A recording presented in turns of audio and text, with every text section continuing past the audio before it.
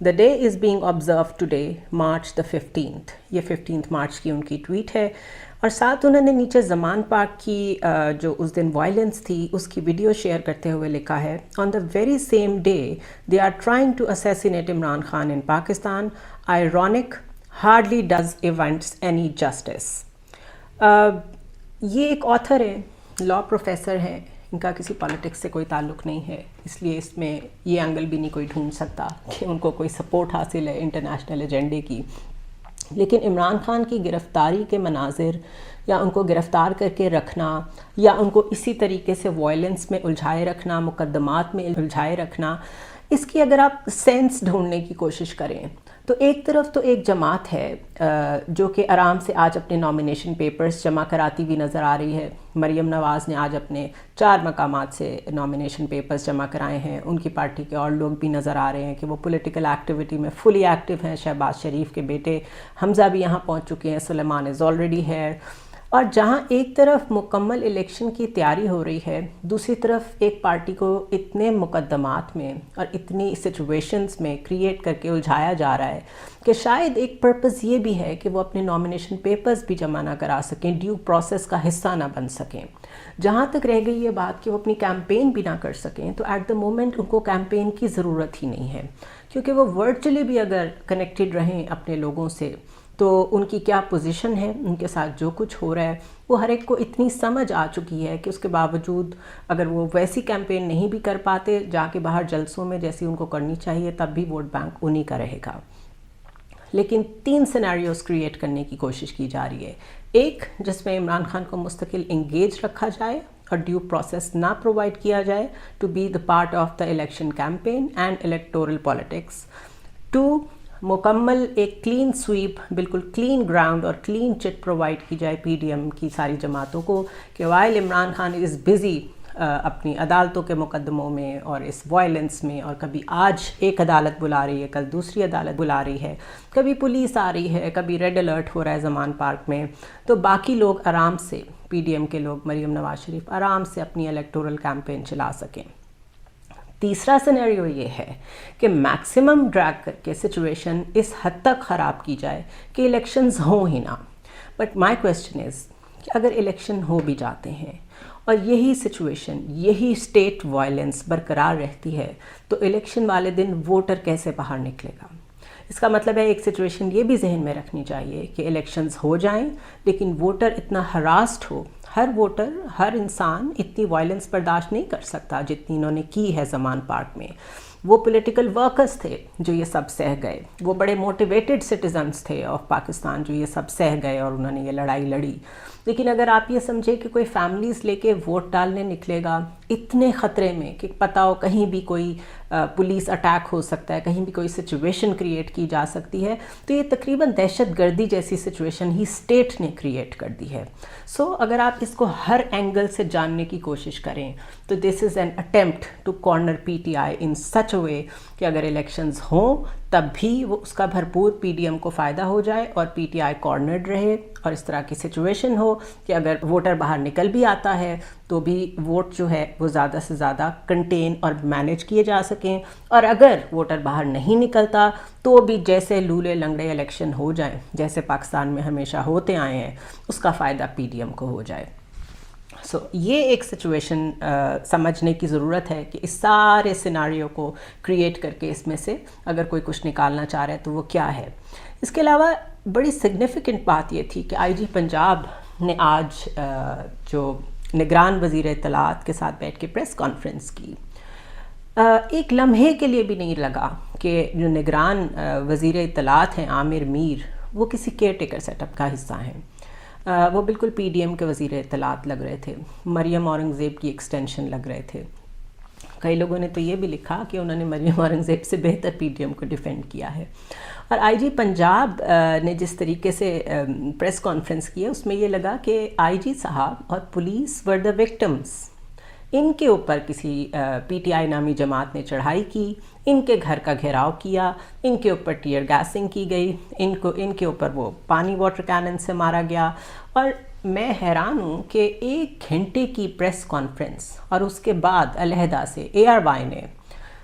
ایسا platform provide کیا آئی جی صاحب کو جس میں جو اینکر پرسن ہے، اور جو لوگ میڈیا سے نہیں ہیں میں ان کی سمجھ کے لیے یہ بیان کر دوں کہ جو نیوز کاسٹرز ہوتے ہیں ان کی کان میں ایئر پیس لگا ہوتا ہے جس سے یہ کنیکٹڈ ہوتے ہیں ٹو دا کنٹرول روم. وہاں سے پروڈیوسر بیٹھ کے ان کو کب بریک لینی ہے، کب کیا بات کرنی ہے، نیوز کاسٹرز کو برابر بتا رہا ہوتا ہے. تو جو نیوز کاسٹرز سوالات کر رہے تھے،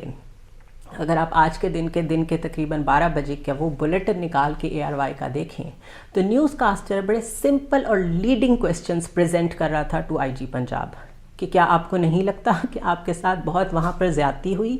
پھر آپ کو نہیں لگتا کہ وہاں پر گلگت بلتستان کی پولیس بھی موجود تھی؟ پھر آپ کو نہیں لگتا کہ وہاں پیٹرول بمبس کا استعمال ہوا؟ ان کو لیڈنگ کویسچنز کہتے ہیں، بیکاز یہ آپ کو لیڈ کر رہے ہوتے ہیں ایک ڈائریکشن میں کہ آپ اسی کا جواب دیں. یہ ایک اشارہ بھی ہوتا ہے اگلے بندے کو کہ آپ اس ڈائریکشن میں بات کریں. تو IG صاحب انہی کویسچنز کو پک کرتے رہے اور اس کے اوپر لمبے لمبے جواب دیتے رہے، اور ساری ان کی جو پریس کانفرنس تھی اور یہ جو بلیٹن میں ان کا بیپر تھا اس کا سارا پرپس یہ تھا to propagate to the audience کہ عمران خان نے کل وہاں پر کوئی بہت اسٹیٹ کے خلاف وائلنس کی ہے، کوئی دہشت گرد اندر گھسے ہوئے تھے. ایک خیبر پختونخوا سے آئے ہوئے بزرگ کی تصویر بار بار دکھائی جا رہی تھی کہ ان کا تعلق TTP سے ہے. اور اس کے علاوہ کچھ ایسے لوگ جو بڑی بڑی IB یونیورسٹیز میں پڑھاتے ہیں اور ان کا تعلق پاکستان سے ہے، بظاہر وہ لبرلز ہیں، بظاہر وہ پروگریسوز ہیں، ان سب نے بیٹھ کے ایک مکمل آج کے دن میں یہ کیمپین چلائی کہ عمران خان ریاست کے خلاف ایک مہم چلا رہے ہیں. ٹویٹس کی گئیں جس میں یہ کہا گیا کہ بہت ہی ریسسٹ وے میں یہ کہا گیا کہ اپنے آپ کو محفوظ رکھیں کیونکہ پشتونز لاہور میں آ چکے ہیں، اور یہ ایتھنک کارڈ، یہ ریسسٹ کارڈ کھیلنے کی کوشش کی گئی جس طرح پشتونز پاکستانی نہیں ہیں اور پنجابی ان سے علیحدہ ہیں. اور یہ شرمناک کام ایک دفعہ پھر ریپیٹ ہو رہا ہے پاکستان میں 1971 کے بعد کہ جب آپ کو کچھ نہ ملے تو لوگوں کو ڈیوائڈ کرنا شروع کر دیں، کیونکہ ڈیوائڈ اینڈ رول یہ یاد رکھیں بہت پرانا فارمولا ہے رول کرنے کے لیے کسی بھی قوم پہ. تو یہ مستقل یہ کہتے رہے کہ عمران خان کا راستہ اسٹیبلشمنٹ کو روکنے کی ضرورت ہے، اور ساتھ ساتھ کل وزیر اعظم شہباز شریف کہتے رہے کہ اس سارے معاملے کا تو مجھ سے کوئی تعلق ہی نہیں ہے، عدالت کا تعلق ہے. تو ہر کوئی اس بینڈ ویگن اگینسٹ PTI کا حصہ بھی ہے، لیکن وہ ساتھ ساتھ یہ بھی رجسٹر کر رہا ہے کہ کل کو کوئی بڑا واقعہ ہو گیا، کل کو کوئی ایسی چیز ہو گئی جو کہ بہت نی جرکنگ ہوئی تو ہم یہ کہہ سکیں کہ ہم تو اس کا حصہ ہی نہیں تھے. تو عمران خان نے آج جو ایک بات چیت بھی کی ہے گروپ آف جرنلسٹ کے ساتھ، اس میں ان کا وہی سٹانس تھا، وہ اپنے آپ کو عدالت کے آگے سبمٹ کرنے کو تیار ہیں، اور وہ کہہ رہے ہیں کہ کئی دفعہ میرے بالکل سامنے لوگ آ کے کھڑے ہو گئے تھے اور مجھے معلوم تھا کہ اب یہ مجھے گرفتار کر لیں گے، بالکل میرے سامنے کھڑے تھے اور مجھے کوئی شک نہیں تھا کہ تشدد بھی کریں گے، لیکن یہ ہے کہ وہ ڈٹرمنڈ ہیں کہ انتخابات کو 90 دن سے آگے نہیں جانے دیں گے، اور اگر وہ 90 روز سے آگے گئے تو ہم آئینی تحریک چلائیں گے اور کسی صورت آئین کی خلاف ورزی نہیں ہونے دیں گے. مذاکرات کی بھی انہوں نے پیشکش کی اور انہوں نے کہا پاکستان کی ترقی کے لیے کسی سے بھی بات کرنے کو تیار ہوں، 18 مارچ کو عدالت میں پیش ہوں گا. خوف کا عالم یہ تھا کہ عمران خان کے خطاب کو تقریباً سارے میڈیا آؤٹلیٹس نے بلیک آؤٹ کیا، سینسر کیا، بیکاز سب کو بقول فروخ حبیب کے سب کو کالز جا رہی ہیں کہ جو چلائے گا اس کا لائسنس ختم کر دیا جائے گا. سو میڈیا ہاؤسز کے جو اونرز ہیں ان کو اپنے بزنسز کی فکر ہے، جرنلسٹ کو اپنی جابز کی فکر ہے، لیکن اس سے زیادہ ہمارا ایک نیشنل کیریکٹر ہے کہ جب اصول پہ یا کسی ایک سٹانس پہ کھڑے ہونے کا وقت آتا ہے، اس وقت ہم کھڑے ہونے کے بجائے اگر سامنے کوئی طاقتور ادارہ بیٹھا ہو یا آپ کے سامنے کوئی طاقتور شخص بیٹھا ہو، ہم اس وقت اس کے سامنے اپنی وفاداری پروف کرنا شروع کر دیتے ہیں، اور اس ایک شخص کی وفاداری کو پروف کرنے میں ہم پورے ملک کو کمپرومائز کر دیتے ہیں. یہ انفارچونیٹلی ہمارا نیشنل کیریکٹر ہے. اور ایک ایک کر کے میں نے وہ سارے کیریکٹرز، وہ سارے جرنلسٹ جن کو میں سمجھتی تھی کہ یہ نو میٹر واٹ یہ بالکل وہی رپورٹ کرتے ہیں جو نیوز صحیح ہوتی ہیں اور کوئی ایک سائیڈ اور اینگلنگ نہیں کرتے، میں نے ان سب کو خاموش ہوتے دیکھا. خاموش ہونا اور بات ہوتی ہے، لیکن پروپیگنڈا کا حصہ بننا ایک اور بات ہوتی ہے. تو be very careful and vigilant when you are listening اور ریڈنگ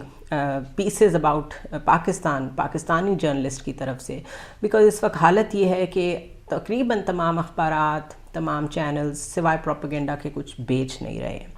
معیشت کا یہ عالم ہے کہ آئی ایم ایف نے ابھی تک ہم سے کوئی ڈیل سائن نہیں کی ہے، اور بجلی کی فی یونٹ جو پرائس ہے اس میں 3.23 روپے اضافہ ہو گیا ہے۔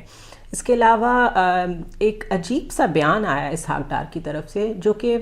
نہ تو ان سے وہ سوال کیا گیا، نہ اس کے بارے میں ڈسکشن ہوئی، لیکن انہوں نے یہ بیان داغ دیا کہ نیوکلیئر یا میزائل پروگرام پر پاکستان کوئی سمجھوتا نہیں کرے گا، ہمیں قومی مفاد کا تحفظ کرنا ہے، کسی کو حق نہیں کہ پاکستان کو بتائے کہ وہ کس رینج کے میزائل یا ایٹمی ہتھیار رکھے۔ یہ اسحاق ڈار نے کہا، اور اس کے بعد وزیر اعظم ہاؤس سے بھی بغیر کسی سوال کے ایسا ہی ایک وضاحتی بیان جاری کیا گیا کہ پاکستان کے اثاثے محفوظ ہیں۔ یہ ساری باتیں صرف چیزوں سے فوکس ہٹانے کے لیے ہیں۔ ہمارے نیوکلیئر ایسٹس کتنے سیف ہیں، کتنے سیف نہیں ہیں، یہ عام آدمی کو کبھی پتہ نہیں چل سکتا۔ یہ بالکل ویسی بات ہے کہ کسی کو بھی ٹی ٹی پی کا آدمی ثابت کر دیا جائے جسٹ بیکاز وہ دیکھنے میں پشتون لگتا ہے، اور اس کو دہشت گرد کہہ دیا جائے، اور اس کی بیس پہ عمران خان پہ دہشت گردی کے مزید پرچے کر دیے جائیں، اسٹیٹ کے اگینسٹ وائلنس کے مزید پرچے کر دیے جائیں، یعنی آپ ہر وہ اینگل یوز کریں جس کی بیس پہ اسٹیٹ سمجھتی ہے کہ وہ جسٹیفائڈ ہے وائلنس کرنے کے لیے۔ تو ہمیں تو ویسے بھی عام آدمی کو تو اس سے غرض نہیں ہے کہ ہمارے میزائلز کون سے ہیں، ہمارے نیوکلیئر اثاثے کہاں ہیں، کتنے محفوظ ہیں۔ جو عام آدمی کا مسئلہ ہے وہ تو یہ ہے کہ بجلی کی فی یونٹ جو قیمت آپ نے مزید بڑھا دی ہے، اور اس کے علاوہ پیٹرول 5 روپے لیٹر اضافے کے ساتھ، 5 روپے فی لیٹر اضافے کے ساتھ جو 272 روپیز کا ہو گیا ہے، یہ ہے عام آدمی کے مسائل۔ تو الیکشنز اور معیشت اور پولیٹیکل ایکٹیوزم، ان 2-3 چیزوں کو کنٹرول کرنے کے لیے اس وقت اسٹیٹ لیول پہ پی ڈی ایم حکومت مستقل حرب و حربہ آزما رہی ہے، جو ڈکٹیٹرشپ میں یوز ہوتا ہے، جو اتھارٹیرینزم میں یوز ہوتا ہے، جو فیشزم میں یوز ہوتا ہے، اور جس کی پوری دنیا مذمت بھی کر رہی ہے۔ ٹوٹا پھوٹا سا بیان ہے، لیکن ایمنسٹی انٹرنیشنل نے بھی کہا کہ ہم ہیومن رائٹس ان پاکستان پہ ریئلی وی آر کنسرنڈ۔ اور اس کے علاوہ اگر سعودی عربیہ بہت تیزی سے ایران میں سرمایہ کاری کرنے جا رہا ہے، یہ کہا ہے سعودی فارن منسٹر نے، تو اس کا مطلب ہے کہ ہم اس ساری لڑائی میں we are again losing an opportunity, جس میں ہم اس بلاک کا حصہ بن سکتے تھے۔ ایران بالکل ہمارے نیبرہڈ میں ہے، اور یقیناً آپ آگے جا کے دیکھیں گے کہ افغانستان میں بھی انویسٹمنٹ ہوگی اسی بلاک کی طرف سے۔ تو ہم اپرچونٹیز کریٹ کرنے کے بجائے اپنے ملک میں جو وائلنس کریٹ کر رہے ہیں، جس میں from ethnic card to terrorism, everything is right in front of us. اور مجھے یہ سمجھ نہیں آتا کہ جب ریئل تھریٹ ہوگی ہمیں ٹیررزم کی، اور جب تب ہمیں اسٹیٹ اور یہ گورنمنٹ کہے گی کہ واقعی تھریٹ ہے، تو کیا لوگ ان کی بات پہ یقین کریں گے؟ تو پروپیگنڈے کا اور جھوٹ کا سب سے بڑا نقصان یہ ہوتا ہے کہ you lose the trust of the state, of the government, اور اگر لوگوں کا ٹرسٹ ختم ہو جائے تو میرا خیال ہے بہت مشکل ہی قومیں کہیں پہنچ پاتی ہیں۔ I'll see you tomorrow.